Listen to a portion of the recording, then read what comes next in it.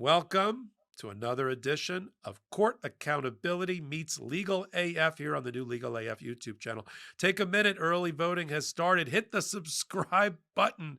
We're trying to build this channel as a durable institution to survive whatever happens on November 5th, but we're working hard to make sure that outcome is right. And one of the ways we can do it is by exposing, well, how else can I put this? The bad guys and information that has now entered the public domain through whatever source in terms of a major organization that has behind the scenes been coordinating with the Trump campaign, with Donald Trump from moment one almost, led by Cleta Mitchell, a former law partner in a law firm I worked at called Foley and Lardner in Michigan. Cleta used to be a well-considered lawyer in the election world until she drank the Kool-Aid and became a MAGA to her core. And because they're so organized, and held video meetings on a regular basis talking about destroying America and tearing down the guardrails that protect our democracy. The New York Times got access to 400 videos, and therefore we got access to over 400 videos. And I can't think of a better group of colleagues than Lisa Graves, who runs True North, and is also on the, with Court Accountability Action. And of course, Alex Aronson, the co-founder of Court Accountability Action, to talk about what they found out through the New York Times reporting. Hi, Alex, and hi, Lisa. Hey, Popok, great to be with you. One thing I'll note is, they're having all these secret, video meetings. We don't need to do that. We can just do them right here on the Midas Touch Network as we're working transparently for a better democracy. We don't want our videos to be secret. That's not a business model. Right. All right. So Cleta Mitchell, one of the henchmen for Donald Trump, a lawyer, one of the few that has not lost her bar license as of yet, or been criminally indicted, although I think it's been close in some places, is leading this election integrity. What's the name of the group? Election what? Election Integrity Network. Yeah, whenever you hear the Orwellian use of phrases like that, you know they're doing the exact opposite. When you hear integrity, think suppression, is what I tell everybody. That's my Popok translate button. So bring us forward about what Cleta's done state by state and at the national level with this election integrity group. Cleta is a lawyer, as you mentioned, Michael, who's been around for a long time and who has been really, in my view, up to no good. In this instance, what we have seen from this New York Times reporting is that she has been at the center of organizing these efforts to put forward what I consider to be one of the most false and vile claims of modern day elections, which is this idea that immigrants are illegally voting. It's just not true. If immigrants aren't risking their future in this country by voting illegally, there's no indication ever in any of the studies of the past, decades, that there's any significant voting fraud by anyone, let alone immigrants. It is an absolute fiction. But Cleta, as revealed or unmasked in this new story, claims that she's somehow divinely inspired to be pursuing this outrageous, offensive, baseless set of attacks, which have really led to a number of Republicans and ordinary Republicans to actually believe that there's some crisis in this election that involves immigrants voting. It's just not true, but it's the like big lie 2.0 that Cleta Mitchell has really orchestrated. So, I mean, that's a good recap. There's more on Cleta I can share, but let me just start there. Well, we're going to talk about it and talk about, maybe this is for Alex, talk about this unholy alliance of gospel and Christian values that Cleta refers to. She's not the only one in her meetings about that they make this a literally a crusade that God called them to, and my I want to hear about that. And my overview about this, whether it's Mark Meadows and his institute, or another guy we're going to talk about named Mr. Vote or Mr. Vaught, whatever it is that they know that there is no outcome determinative fraud in the election, but it gives them an issue in which to scare the crap out of people and pass voter suppression laws in order to make it harder for Americans to vote. They don't want all Americans to vote, because if all Americans register and vote, Republicans lose national elections. And so you don't want that. They say that. They say count every vote and every vote counts, but that's not what they want. And they have latched on to this issue, this issue, which I'll just leave it at this and turn it over to you, Alex. The statistics have shown that I think voter fraud is 0.000 some percent of voting. It happens. We're not here to say there's no voter fraud. Somebody votes their mother-in-law's ballot or a dead ballot, or votes by accident or on purpose twice, or is it illegal, a person who votes or registers and shouldn't have. But they're all caught. They're all prosecuted. And it's, how about the Georgia just did an audit like a week ago, in which Georgia looked at 8.2 million votes cast and found 12 examples of non-documented people, immigrants, not U.S. citizens, voting. 12 out of 8.2 million. It might have This is even just not a be, problem. I think they were just registered. I think they were just voter registrations. I think I'm there not were sure they four. yeah. I think the numbers were, I think it was not, I think it was 13, like 9 registered, right? But and who knows how they were registered, but never actually voted. 4 voted.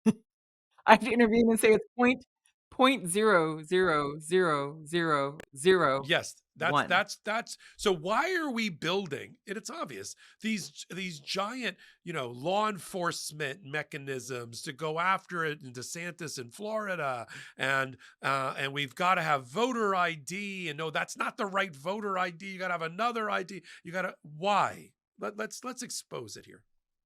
So, I mean, I want to unpack that because there's so much in it. But to start with the Christian nationalism, the divine inspiration to do this. You mentioned earlier that Cleta Mitchell is sort of a well-respected election lawyer until she drank the Kool-Aid. I think this is a big part of the Kool-Aid she drank, right?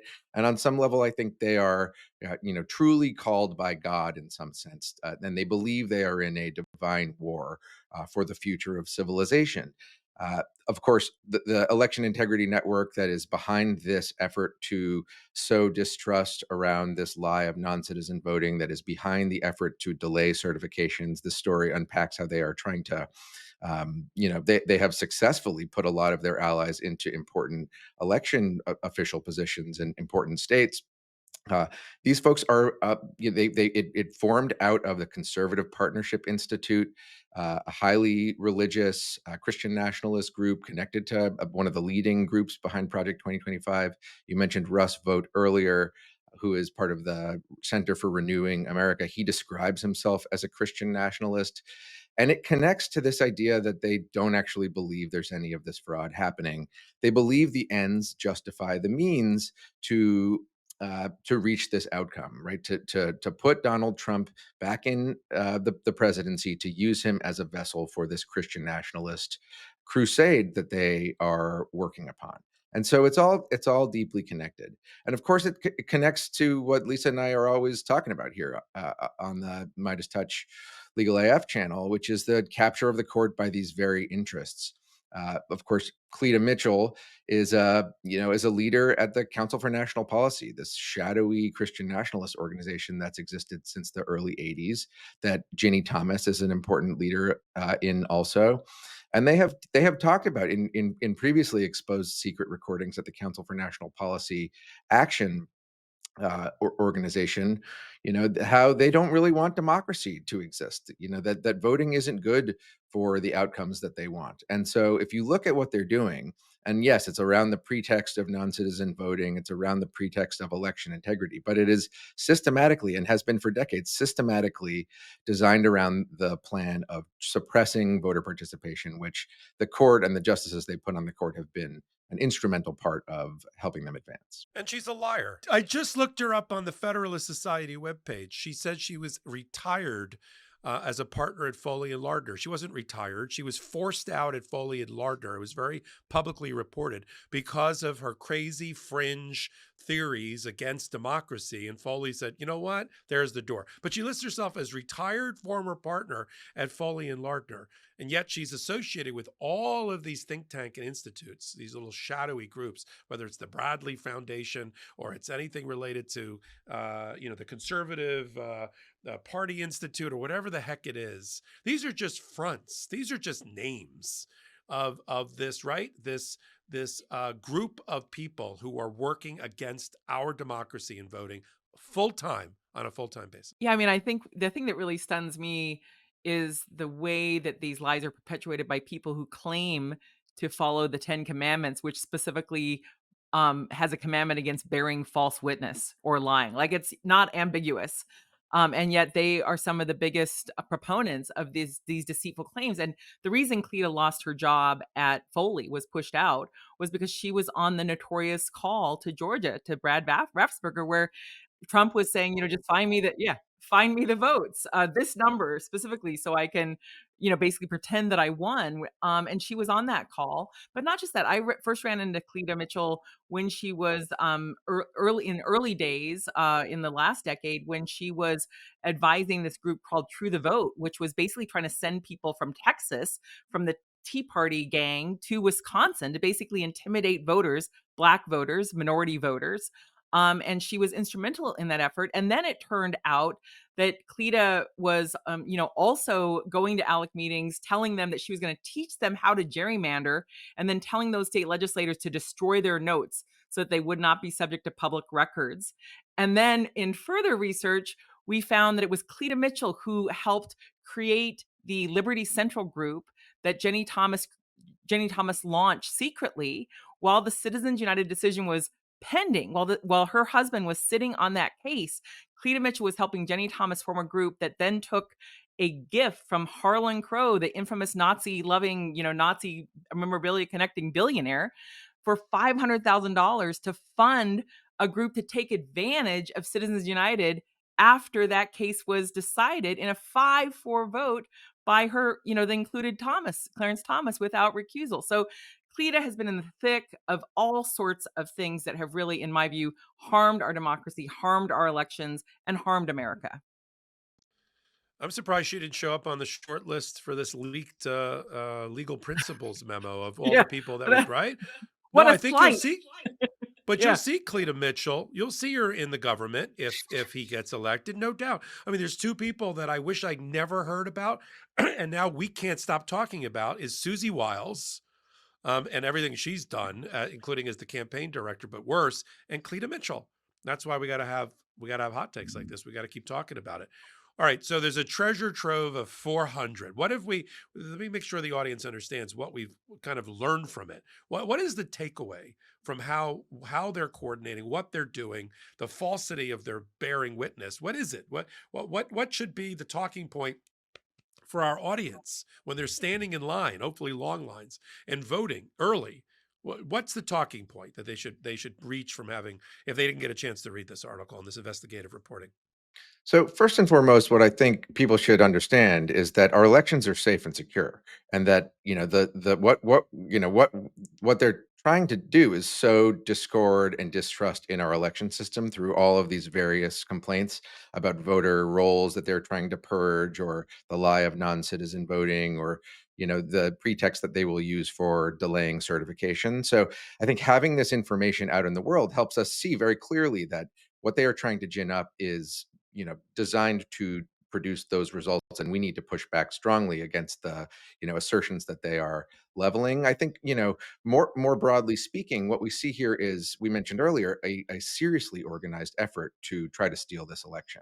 If Vice President Harris prevails, Cleta Mitchell, as we've discussed, was an instrumental part of the little gang that tried to pull off, quote unquote, "stop the steal" one with Jeff Clark and John Eastman. Too little, too late. They didn't have anything to go on. But what they've been doing here through the course of these 400 meetings and all of the related efforts that they are, advancing on the ground, is a much more organized, much more sophisticated, much more well-funded effort that is connected to the broader Project 2025 and court capture agenda. And so as we think about what the court has done, what the justices have done to help Trump in his cases already to this point this year, I think we need to be looking at it as they will intersect potentially in these post-election challenges that this dark money network will bring in coordination with Trump. That was another, I think, really important detail from this reporting, is just how much coordination there is, which is illegal. This is a C3 activity, charitable activity that we're all subsidizing as taxpayers. But they are advancing this plan based on these lies, and with the hope that they will be able to bring a case to the Supreme Court and have it be sustained. So we need to help people understand that this is not on the level, and that if the court is ultimately there for it, at the end of the day, that it should not deserve our respect and deference. Yeah, about financial institutions, we used to say some of them are too big to fail. We need to have this election result be too big to steal. Absolutely. And just to be, I've talked about it at length in hot takes. Pennsylvania, we got to win Pennsylvania. Michigan, Wisconsin, that's the blue wall. That's a win for Kamala Harris. Right now, end of story. She would become the president of the United States once everything is all said and done. Would I love Arizona, Nevada? Sure. Would Georgia be icing on the cake? You betcha. North Carolina, that would be nice. But you got to win Pennsylvania, Michigan, and Wisconsin, right? Is there any route? I guess there's some other combinations if she doesn't get those. She has to get Pennsylvania. We all agree to that, right? That's the wall. She's got to get that wall. She's got to get that one, and the other ones hopefully fall in place as well. Court accountability action, True North, Lisa Graves, Alex Aronson, Michael Popok. We're going to bring it to you every day in every way and expose the people that are working against our democracy right here on the Legal AF YouTube channel. Free subscribe. Help us build this channel with our bare hands and your help, so that we're lasting and durable beyond the election, regardless of the results. So I'm Michael Popok reporting. In collaboration with the Midas Touch Network, we just launched the Legal AF YouTube channel. Help us build this pro-democracy channel where I'll be curating the top stories, the intersection of law and politics. Go to YouTube now and free subscribe at Legal AF MTN. That's at Legal AF MTN.